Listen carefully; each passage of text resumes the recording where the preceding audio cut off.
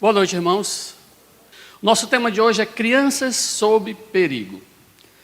Lamentavelmente, as nossas crianças são atacadas diariamente por diversos inimigos.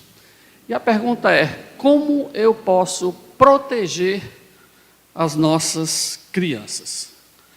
Apesar do meu enfoque ser primariamente para as crianças, eu queria que aqueles que estão aqui hoje, jovens, eu tenho visto aqui alguns jovens, alguns adolescentes e até mesmo algumas crianças, eu queria que vocês fizessem uma reflexão. Será que eu estou correndo o mesmo risco que as crianças estão correndo? Eu tenho me exposto de maneira gratuita e talvez até mesmo sem me tocar com esses perigos?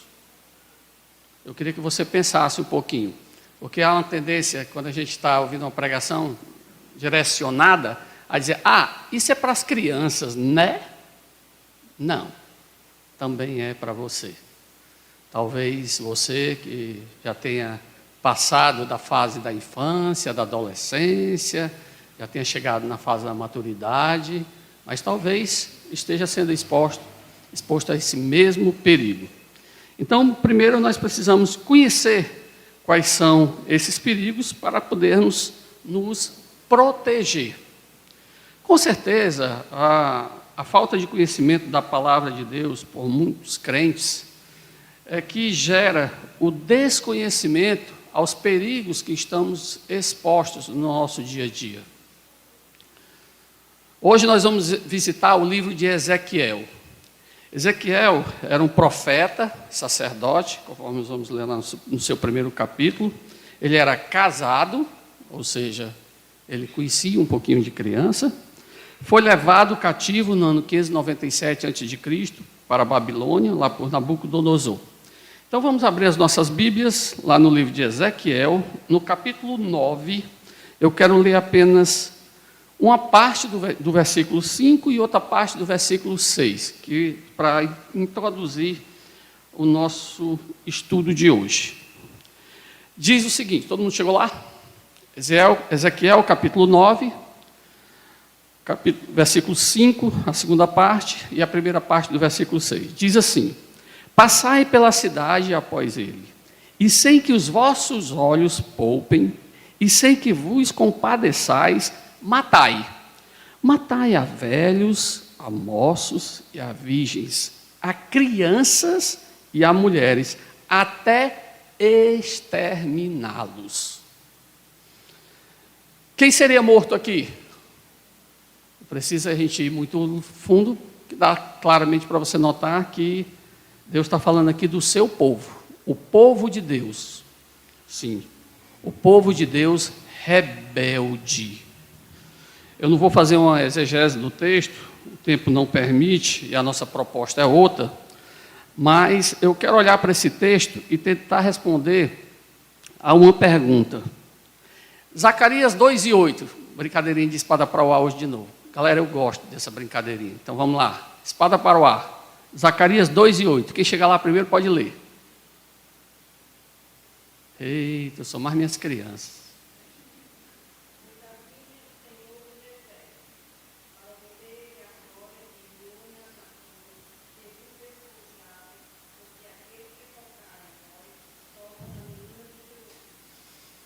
Quem tocar em vós, toca aonde?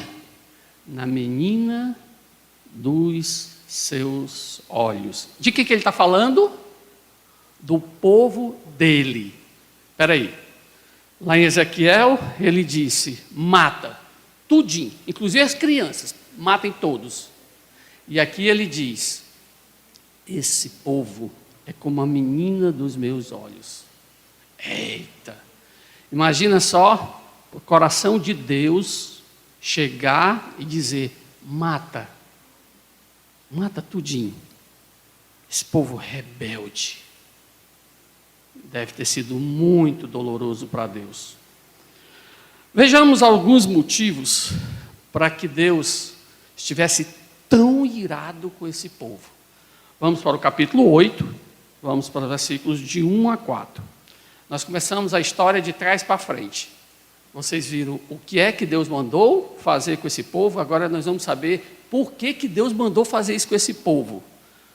Ezequiel capítulo 8, a partir do versículo 1, vamos ler de 1 a 4. No 6º ano, no 6º mês, aos 5 dias do mês, estando eu sentado em minha casa e os anciãos de Judá sentados diante de mim, sucedeu que ali a mão do Senhor Deus caiu sobre mim. Olhei e eis uma figura como de fogo, desde os seus lombos e daí para baixo era fogo, e dos seus lombos para cima como resplendor de metal brilhante. Estendeu ela dali uma semelhança de mão e me tomou pelos cachos da cabeça. O Espírito me levantou entre a terra e o céu e me levou a Jerusalém em visões a Deus, até a entrada da porta do pátio de dentro, que olha para o norte, onde estava colocada a imagem dos ciúmes, que provoca o ciúme de Deus. Eis que a glória do Deus de Israel estava ali, como a glória que eu vira no vale. A mensagem dos capítulos de 8 a 11, ela está dirigida especificamente a Jerusalém. E, claro, aos seus líderes, né?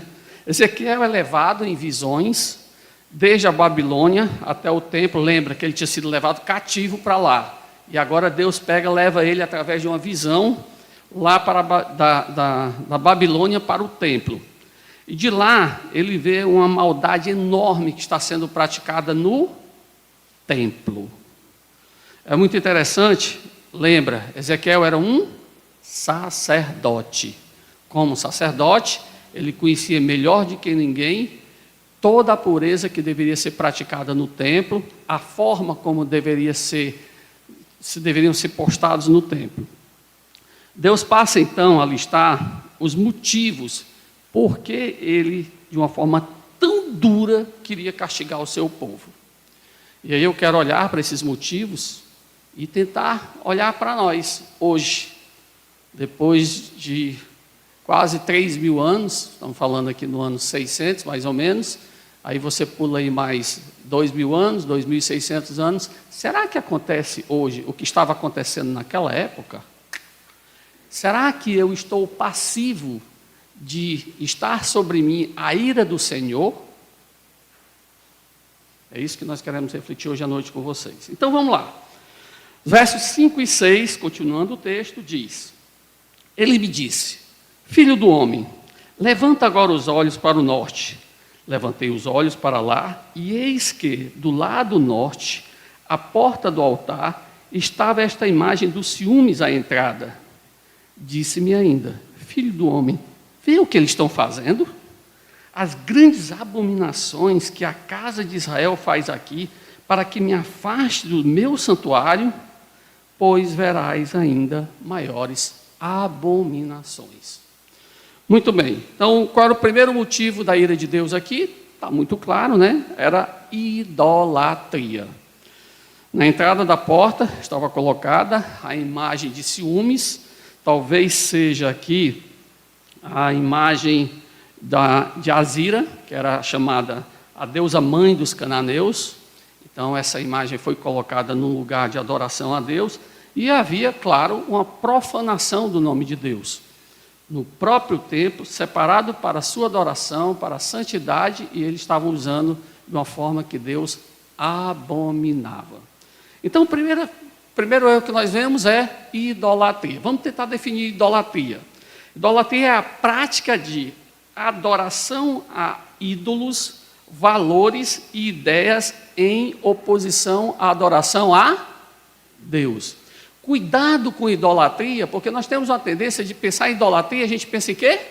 Aquela imagem, existem algumas religiões que são idólatras e adoram imagens. Não é só isso. Idolatria vai um pouquinho além. Idolatria vai em valores. Espero que ninguém tenha pedra para jogar em mim agora. Mas vamos pensar aqui numa idolatria de hoje, comum, nas nossas igrejas. Família. Ei, pastor, peraí, você está ficando maluco? Isso quer dizer bem que a gente está idolatrando a família? Tá. E Deus não se agrada. A família é um valor. Vocês concordam? Todo mundo concorda nisso. É um valor. Muito bem. O que significa idolatria? prática de adoração a ídolos, valores e ideias em oposição à adoração a Deus. Muito bem, então por que a gente colocou a família como exemplo? A família tem se tornado algo mais importante do que Deus em algumas igrejas. Lembre-se, nós precisamos colocar sempre Deus em primeiro lugar, em tudo. Mas eu já vi casos de fazermos programação na igreja, no sábado, e várias famílias faltarem, porque sábado é o dia da família, pastor. O senhor sabe, né? Domingo a gente vai para a igreja, né? Mas sábado é aquele dia de lazer, onde a gente leva os nossos filhos para passear, para ir para a lagoa, para fazer uma viagem. O senhor sabe, porque domingo é que é o dia da igreja, né? Aí no dia da conferência lá, que a gente faz, o pastor Wellington rala e tudo, cadê os irmãozinhos? Pastor, eu não vim porque eu estava dedicando o tempo à minha família. Lindo. Idolatria. Você sabia disso? Convite a um irmão para servir numa determinada área. Você convida, você chega lá, irmão, eu gostaria de te convidar para você servir num determinado ministério. Eu não sei se o pastor Wellington já teve o desprazer de ouvir. Pastor, eu não posso não, por quê? Por causa da minha família. Como? Pastor, eu tenho 2 filhos pequenininhos, precisam muito de mim. O senhor entende, né, pastor? Essa idade é importante, pastor. Não entendo. Não entendo. Família de novo. Eu poderia citar aqui vários exemplos, mas eu quero apenas me deter a esse. Mas lembra uma coisa, a família fora da igreja é uma presa fácil. Para quem? Para o diabo. Não pense que você está super protegido. Eu botei minha família numa redoma. Meu lar é do Senhor. Claro que eu estou caricaturando, mas infelizmente é o que a gente tem visto. Irmãos, lugar da família é aonde? Na casa do Senhor. Lugar da família é na igreja. Se você tem alguma coisa mais importante do que os cultos da sua igreja, cuidado, pode ser uma idolatria. Mas eu não vou me ater muito a isso, eu quero olhar para as crianças. E a pergunta é, sim, pastor, e como é que fica o negócio das crianças aí? Onde é que entra idolatria de criança? O senhor quer bem dizer que as crianças também estão idolatrando? Acho que sim. Eu poderia citar vários exemplos.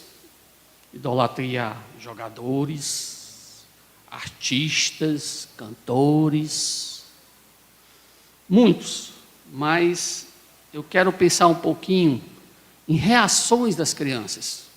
Eu não sei se vocês já viram, mas eu já vi. Crianças que brigam por causa de time de futebol. Porque time A, time B, isso aqui a turma briga por isso. Mas lá em Fortaleza a galera briga, Ceará e Fortaleza lá, só falta se agarrar. Porque eu sou Ceará, sou Fortaleza, aquela besterol danada. Crianças que querem vestir a roupa dos seus artistas. Aí, pai, eu quero aquela camisa. Sim, filho, mas por que você... Pai, é porque é a camisa do fulano. É muito bonito. Pai, eu quero... Camisa feia, horrível. Mas é porque é a do fulano. Pai, o senhor precisa ver, pai. É linda. As crianças querem cortar o cabelo igual Neymar. Eu me lembro, os mais... Também que não faz tanto tempo assim, tá? Na Copa onde tinha o Ronaldo, né? Que ele cortou o cabelo como cascão, né? Eu não sabia nem que era cascão, nunca tinha visto. Mas daquele dia em diante, todo mundo sabia que era cascão e as crianças apareceram com aquela marmota, o cabelo cortado aqui, igual o cascão. Pessoal, quem é o cascão? O personagem da Turma da Mônica, que faz o quê? Pensa nos valores. No próximo mês, nós vamos ter a Copa, né? A Copa do Mundo. Pergunta para o teu filho quem é Benzema, quem é Courtois, Lewandowski, Mbappé. São nomes fáceis? Para mim escrever Lewandowski, eu quase tinha um trabalho danado, tinha que olhar na internet. Como é isso? Lewandowski, Courtois. O nome é esquisito que só. Mas as crianças conhecem, tia, que é isso? O senhor não sabe quem é o Courtois? É o goleiro da Bélgica. Goleiro da Bélgica, legal. O Lewandowski, tio, para lá, o senhor não sabe. Pergunta para o teu filho quem é Amós, Obadias, Sofonias. Sofonias eu sei o que é. Aquele negócio que toca. Não, aquilo é sanfona. Tem alguma coisa errada com isso, não? Eu acho que tem alguma coisa estranha. Por que será que as crianças valorizam tanto isso? Vocês já pensaram um pouquinho? Que valores nós temos incutido nos corações das nossas crianças? Aliás, quem é que incentiva elas, hein? Meu filho, venha cá, vamos ver aqui o jogo tal, vamos assistir a música tal, vamos assistir o filme tal. Quem está incentivando? Ou vocês acham que o filho de vocês é autodidata? Sério? Infelizmente, as crianças têm dominado os lares. Elas têm feito o que elas querem. Está longe de ser o princípio da palavra de Deus. Onde é que você vê na palavra de Deus que você tem que fazer a vontade dos seus filhos? Minhas filhas aprenderam desde cedo que eu quero só podia ser dito por mim ou pela minha esposa. Quando elas chegavam para mim, pai, eu quero, que é desculpa, é que o papai tem problema de audição. Eu quero, o que é isso? Eu não sei o que é isso, eu não entendo essa frase, porque aqui em casa só quem pode querer alguma coisa é eu ou sua mãe. Como é mesmo? Pai, eu posso, opa, está melhorando. Vamos melhorar essa frase aí. Pai, é porque a gente estava querendo isso aqui, isso assim, o senhor deixa? Opa, o papai agora começou a gostar. Que história é essa de eu quero? Eu vejo criança, pai, me dá isso. Olha o meu ouvido, dá um negócio ruim. Me dá. Lá em casa a gente dizia, qual é a palavrinha mágica? Por favor. Mas, tá. Aqui. Depois, palavrinha mágica, obrigado, papai. Tá. Então a gente sempre usou as palavrinhas mágicas. Que os filhos, infelizmente, têm esquecido. Porque papai e mamãe fazem o que eu quero. E daí? E daí que isso não é princípio bíblico. E daí que a Bíblia condena esse tipo de atitude. E daí que você está colocando os seus filhos em risco. Essa é uma das maneiras que o seu filho está sendo atacado. E você é o culpado por tudo isso. Você não pode dar ao seu filho aquilo que ele quer ou que ele gosta. Mas é porque você não conhece o meu filho. Rapaz, o meu filho, o bichinho é inteligente.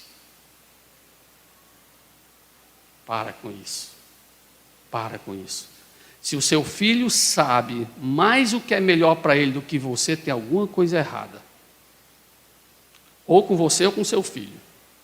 Mas essa história de o meu filho vai dizer o que ele vai comer, o que ele vai beber, o que ele vai vestir, o que ele vai fazer, porque ele sabe o que é melhor. Aonde vocês viram isso? Para com isso. Vocês estão criando monstros e não crianças. O monstrinho é que resolve o que quer. Eu quero! Porque eu quero. Eles não sabem o que é melhor para eles. Você deve saber. Você deve buscar aquilo que é melhor para o seu filho, não ele. Lembra o que Deus disse para Ezequiel? Passai pela cidade após ele, e sem que os vossos olhos poupem, e sem que vos compadeçais, matai a velhos, a moços, a virgens, a crianças. Eita, como deve ter sido duro. Deus mostra toda a sua ira, mandando matar, inclusive, as crianças. Muito cuidado, porque o seu filho não está imune à ira de Deus quando ele peca. E cuidado, para você não ser o culpado. Muito bem. Vamos continuar, porque infelizmente o que foi que nós lemos no final do versículo 6? Pois verás ainda maiores abominações. Eita, quer dizer que não parou aí não? Parou não. Vamos para o versículo 7. Ele me levou à porta do átrio, olhei, e eis que havia um buraco na parede. Então me disse, filho do homem, cava naquela parede. Cavei na parede, e eis que havia uma porta. Disse-me, entra e vê as terríveis abominações que eles fazem aqui. Entrei e vi, e eis toda a forma de répteis, de animais abomináveis, e de todos os ídolos da casa de Israel, pintados na parede em todo o redor. 70 homens dos anciões da casa de Israel, com Jazanias, filho de Safã, que se achava no meio deles, estavam em pé diante das pinturas, tendo cada um na mão o seu incensário, e subiu o aroma da nuvem de incenso. Então me disse, viste, filho do homem, o que os anciãos da casa de Israel fazem nas trevas, cada um nas suas câmaras pintadas de imagens? Pois dizem, o Senhor não nos vê, o Senhor abandonou a terra. Disse-me ainda, tornarás a ver maiores abominações que eles estão fazendo. O que é isso que eles estão fazendo aqui? Nós temos aqui 70 homens, líderes de Israel, em câmaras pintadas de répteis e animais abomináveis, realizando uma espécie de um culto místico, onde só quem podia participar seriam os iniciados. É algo muito interessante. E eles tentavam controlar as forças ocultas da natureza. Como é que se chama isso? Sociedade secreta. É o termo comum para os nossos dias de hoje. Esse era o segundo motivo da ira de Deus. O que é uma sociedade secreta? É uma associação de iniciados que tem acesso a certos mistérios e conhecimentos que, segundo os membros e líderes, não deve ser compartilhado com as demais pessoas. Pessoal, as crianças estão cada vez mais se envolvendo com essas sociedades secretas. Não, pastor. Não. Meu filho, não. O senhor está enganado. Será? Deixa eu perguntar se você conhece algum desses termos. Você já ouviu falar em Wicca? Você já ouviu falar em Cabala? Você já ouviu falar em crianças cristais? Você já ouviu falar em emo? Já ouviu falar em criança índigo? As crianças sabem o que é isso. As crianças índigo, peguei só um, porque eu não quero me aprofundar muito, mas olha só o que eles falam. As crianças índigo são aquela geração atual que está nascendo, e a maioria daqueles que tem 8 anos ou menos. O próprio nome indica a cor da vida que eles têm em sua aura, e é um indicativo do chakra do terceiro olho. Representa a intuição e a habilidade psíquica. Essas crianças geralmente são rebeldes à autoridade, são contestadoras, extremamente emotivas e algumas vezes fisicamente sensíveis e frágeis. As crianças índigo são aquelas que vieram para elevar a vibração do nosso planeta. Essas são as que mais trarão a iluminação para acender, e aí continua o artigo. Eu parei até aqui porque até aqui para mim já era abominável demais. Crianças até 8 anos, rebeldes, contestadoras. Vocês já ouviram esses termos? Eu li um artigo, algum tempo atrás, publicado no site Púlpito Cristão, e era intitulado O Desafio do Charlie. Não sei se vocês já ouviram e se essa mazela já chegou por aqui. Em diversos casos, foram relatados possessões coletivas entre adolescentes. O caso de maior transtorno para os educadores aconteceu em Manaus, onde alunos passaram mal após invocarem o espírito Charlie, inspirado por vídeos publicados nas redes sociais por pessoas de todas as partes do mundo. As meninas começaram a desmaiar, ter convulsões, os pequenos do 1º até o 6º ano começaram a se enforcar e se bater. Disse uma das alunas da escola de tempo integral, José Carlos Mestrinho, localizada na zona sul da capital amazonense. Esse era o desafio do Charlie. Eu estava preparando o estudo e perguntei para as minhas filhas, que estudam num colégio particular, dito colégio cristão. Filha, vocês já ouviram esse tal de desafio do Charlie? Já, pai, a gente ouviu, foi muito. Os meninos fazem muito lá no banheiro. Hã? Como é? É, pai. Os meninos vão lá para o banheiro e fica tudo fazendo o desafio do Charlie. É esquisito, pai, a gente nunca foi, não. Mas eles chamam lá, as outras vão tudo lá para o banheiro para fazer isso.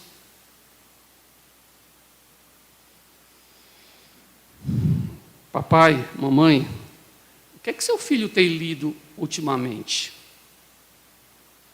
Geralmente, isso vem de artigos da internet, de livros de colegas que levam para escolas, revistinhas.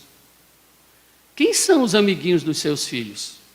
Você conhece eles?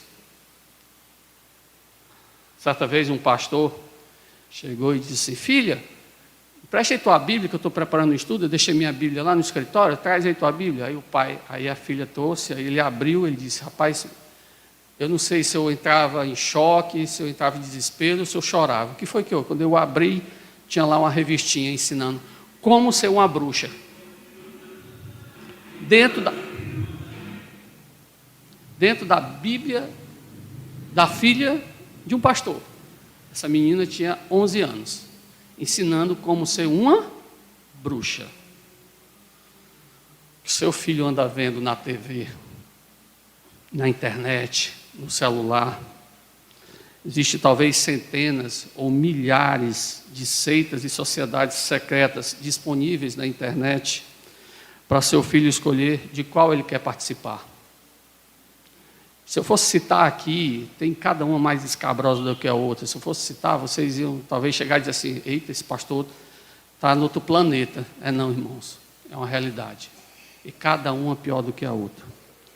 Você conhece o dia a dia do seu filho? Você tem acompanhado o seu filho em tudo que ele faz? Com quem ele anda? Quais são os seus gostos pessoais? Recentemente eu tive que tratar com um caso de um pai, onde o filho começou a usar camisa de manga longa. Ele achando interessante, meu filho agora só anda com camisa de manga longa, todo rapazinho e tal, ele achando interessante.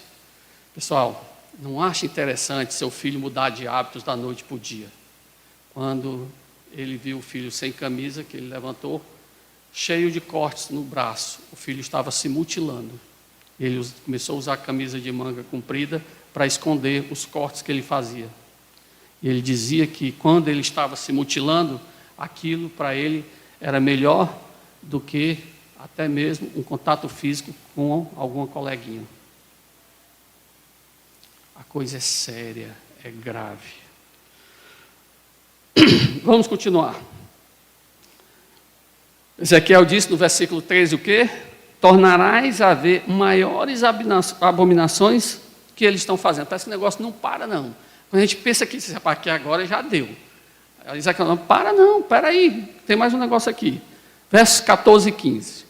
Levou-me à entrada da porta da casa do Senhor, que está no lado norte, e eis que estavam ali mulheres assentadas, chorando a Tamuz.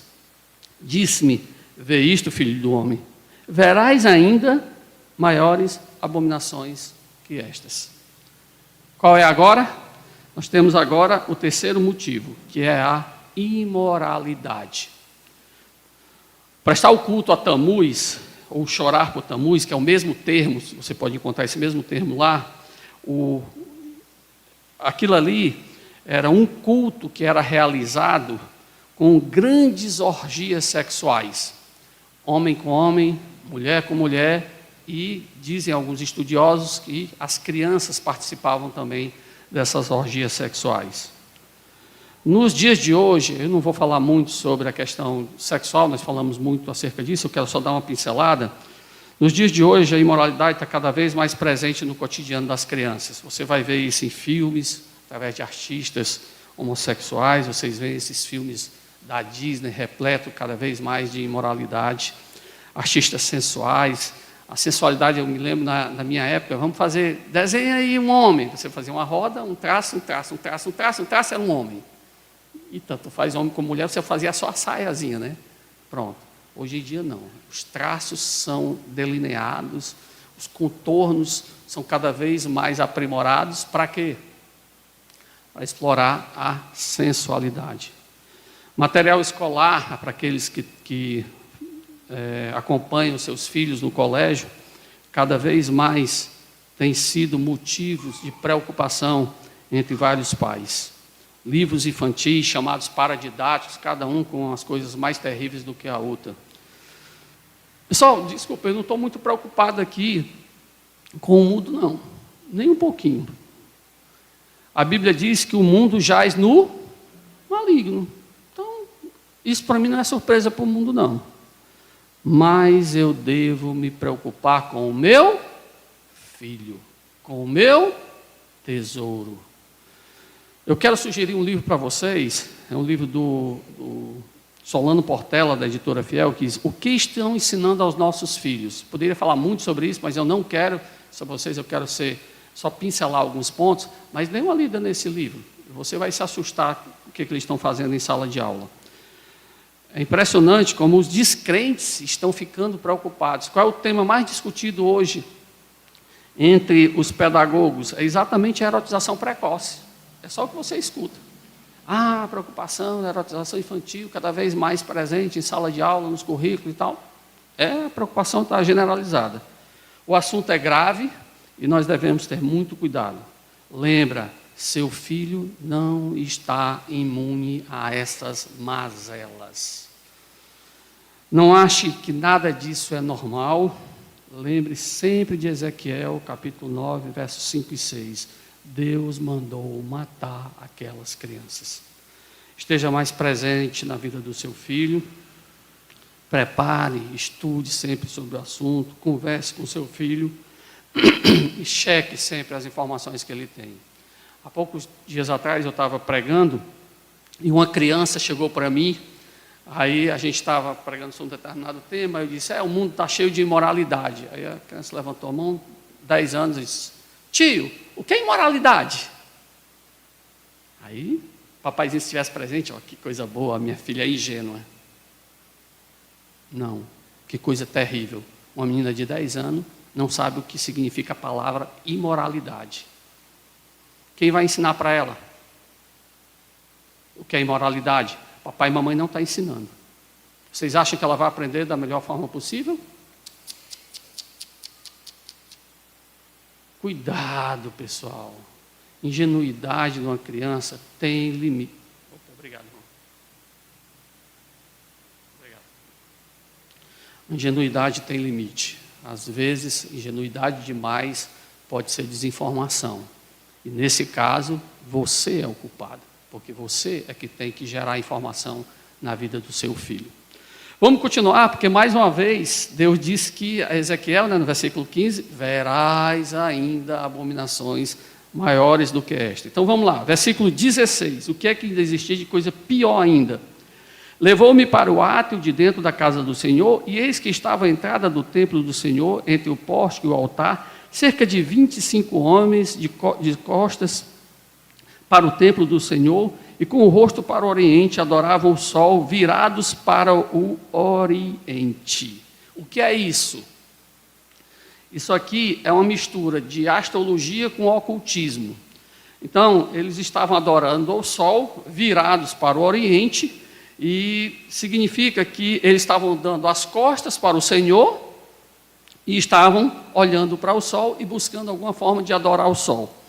Alguns estudiosos acreditam que a adoração ao sol é muito mais antiga do que a gente imagina. Desde a Babilônia, eles desenvolveram um estudo de astronomia muito avançado, que incluía, inclusive, a observação dos movimentos dos astros, do sol, da lua, das estrelas.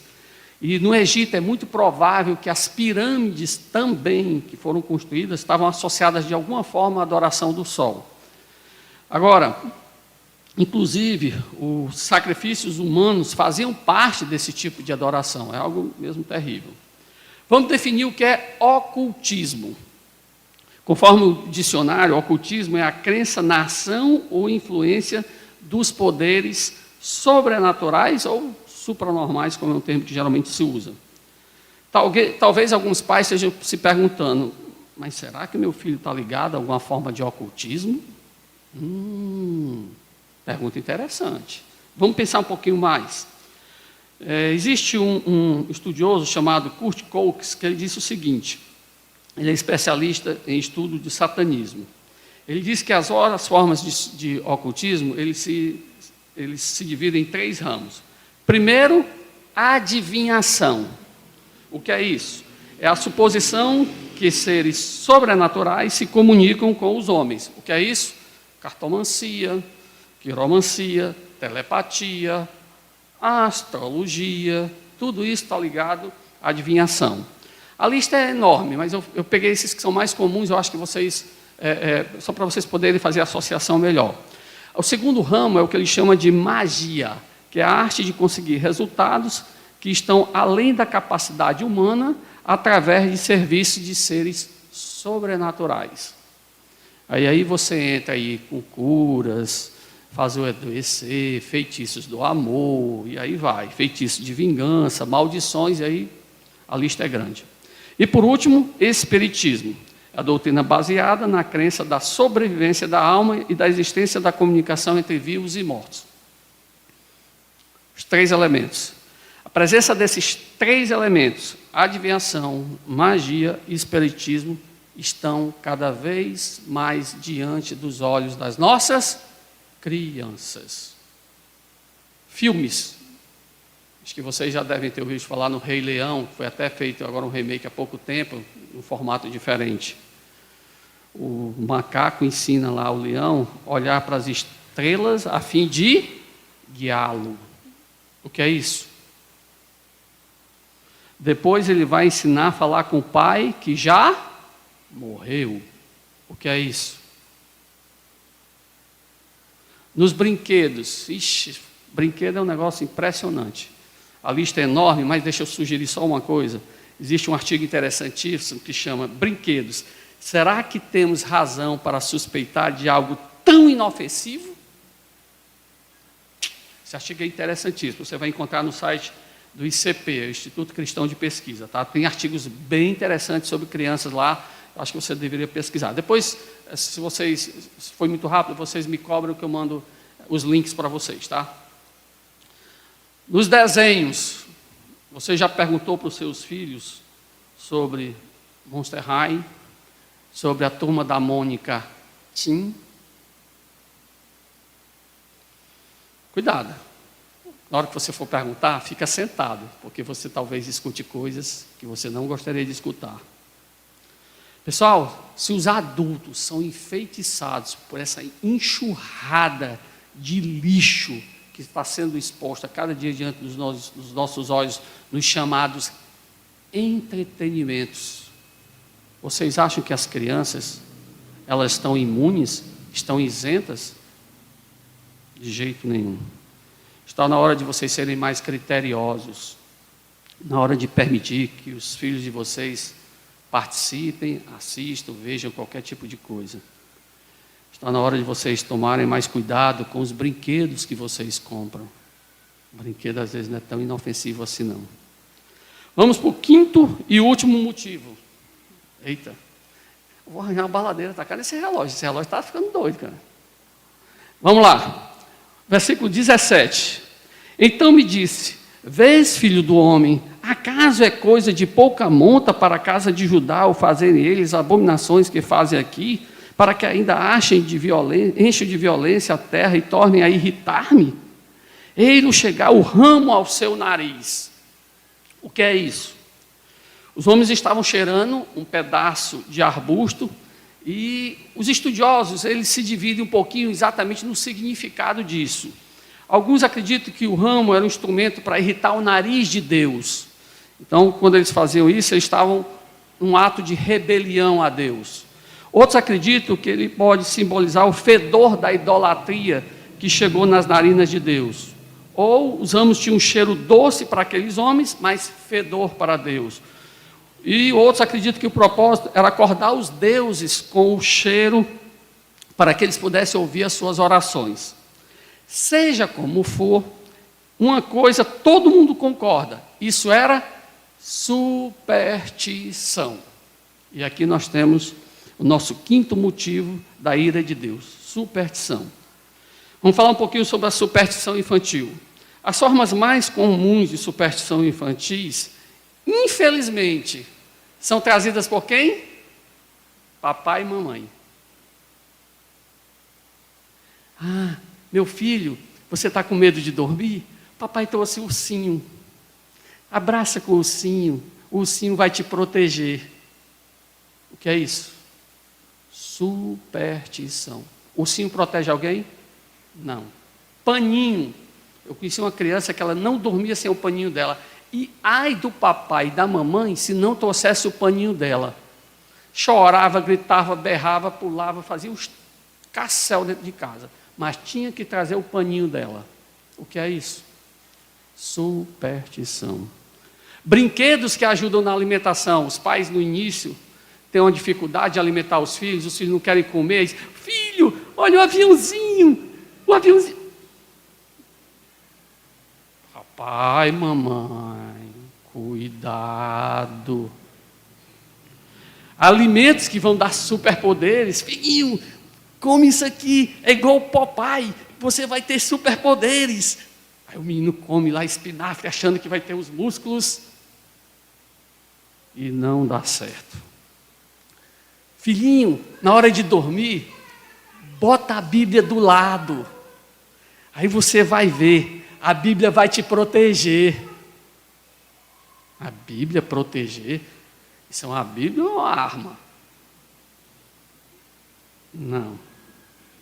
Irmãos, onde está sendo depositada a confiança do seu filho? São nessas coisas? Irmãos, você é o culpado. Você tem orado com o seu filho? Papai, eu estou com medo. Eu estou me sentindo, não estou me sentindo bem. Filho, vamos orar. A nossa filha, quando era pequenininha, acho que 2, 3 anos, sei lá, ela não queria dormir no quarto com a outra irmãzinha dela, porque ela tinha medo. Papai, o senhor vai ter que dormir comigo. Mamãe vai ter que dormir comigo. Nananina, não. Pai, eu não consigo. Papai vai te ajudar. Eu ficava na porta do quarto, deite, papai está aqui. Mas o lugar de você dormir é aqui. Papai vai ficar vendo aqui. Papai vai orar aqui, por você, você vai ficar. E comecei a me afastar do quarto. Na primeira noite eu fiquei na porta do quarto. Minha esposa disse, mas filho... Tá... Não, ela não dorme no meu quarto. Essa história de filho dormir no quarto do pai, isso é a pior coisa que você possa fazer.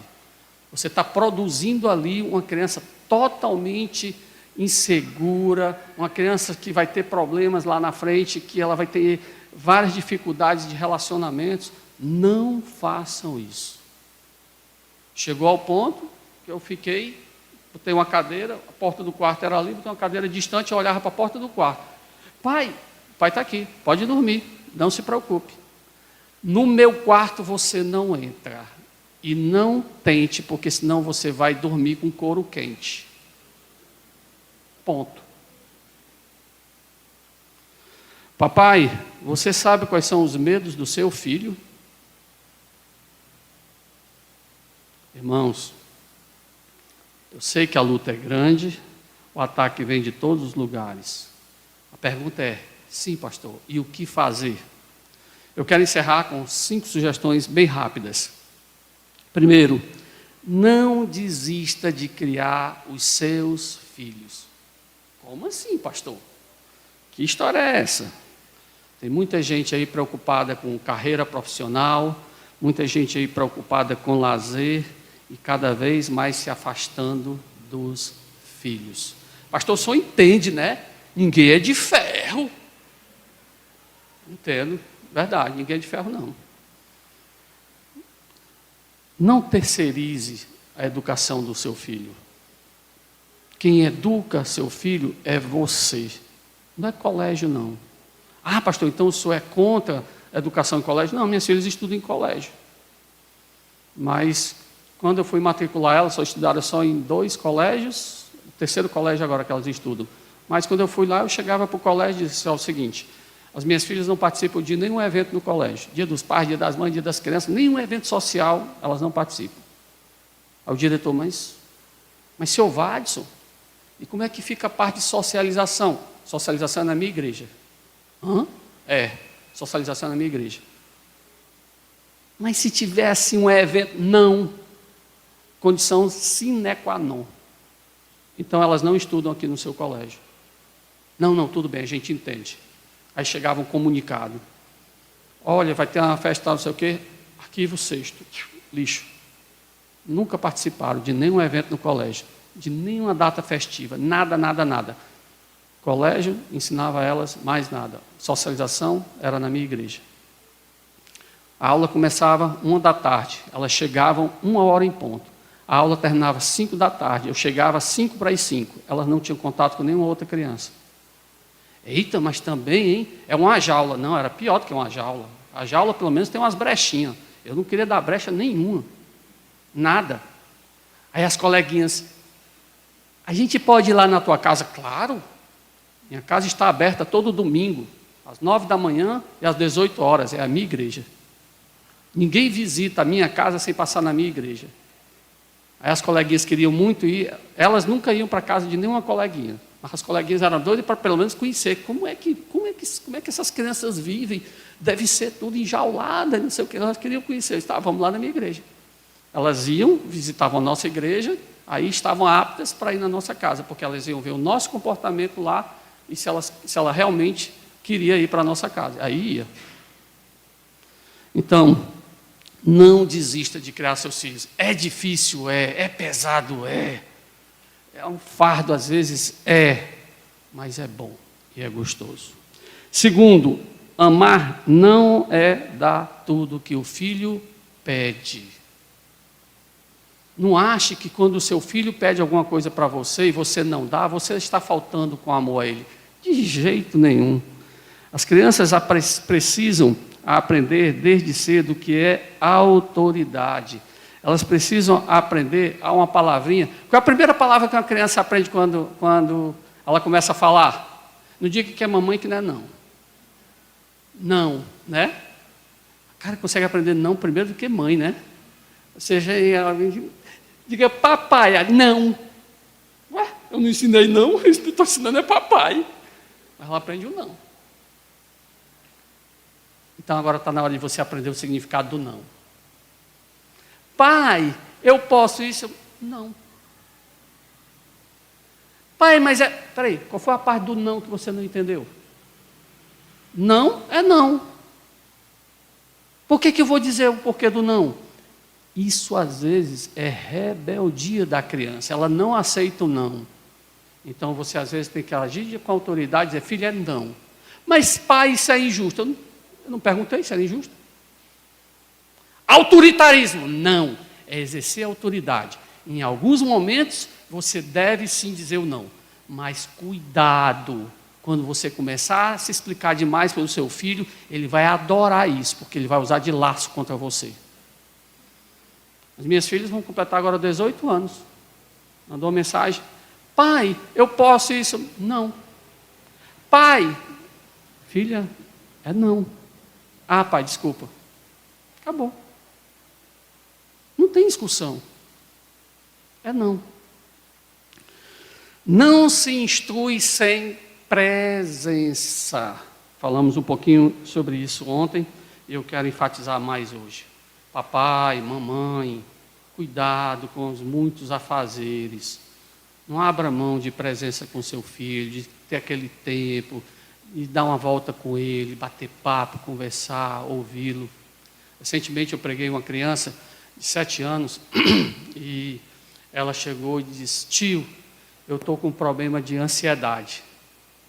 Aí a tendência natural dos adultos é olhar, achar graça, 27 anos, tu lá sabe que é ansiedade, não está ficando doido, vai para casa, vai dormir que é melhor. Eu não faço isso, eu levo a sério. Opa, é mesmo? Estou, tio, estou com crise de ansiedade. Vamos lá para o meu gabinete, vamos conversar? Pastor de criança serve para isso também, tá? Tudo bem.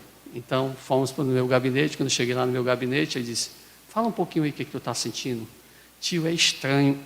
Quando a mamãe diz, vamos para o colégio, as minhas mãos ficam suando, dá uma sensação estranha. Aí eu disse, é só quando vai para o colégio? Não, tio, para ir para a igreja eu estou sentindo isso. Eu não sei o que é, uma sensação ruim. Aí quando diz, vamos para a igreja, aí eu vou me arrumar, eu não sei o que é, fica um negócio ruim, não sei o que. O que é que essa criança está sentindo? Ansiedade mesmo. Ela descreveu bem certinho. Ela estava com crise de ansiedade. Ok, vamos trabalhar. Graças a Deus trabalhamos durante algumas semanas, e depois de mais ou menos um mês e pouco, mais ou menos, ela chegou, tio, preciso conversar contigo. Aí disse, vamos conversar, vamos lá para o meu gabinete. Chegamos lá, e aí, como é que estão as coisas? Tio, foi massa hoje. Essa semana eu não senti nenhuma vez. Opa, beleza, que massa, legal, joia. Nunca mais ela teve crise de ansiedade. Irmãos, nós precisamos cuidar das nossas crianças. Não abandone a criação, a educação cristã no lar. Deuteronômio capítulo 6, eu não vou ler porque o tempo já está apertado, mas procure ler depois lá, Deuteronômio 6, de 5 a 8, onde fala muito bem de a gente ter que incutir na cabeça dos nossos filhos a educação cristã, devocional, culto doméstico, atividade bíblica no lar, estudo bíblico. Irmão, tem tanta coisa que a gente pode fazer com os nossos filhos. Não abra mão desse tempo, não. Procurem, vejam livros, tem tanto livro bom sobre culto doméstico, sobre atividades cristãs no lar. Larga desse negócio de televisão, de celular, de internet, isso é lixo, galera. Isso não leva a lugar nenhum. Arranja uma gaveta e bota esse troçada tudo dentro. Vamos dedicar mais tempo aos nossos filhos. E por último, resgate a autoridade de pai.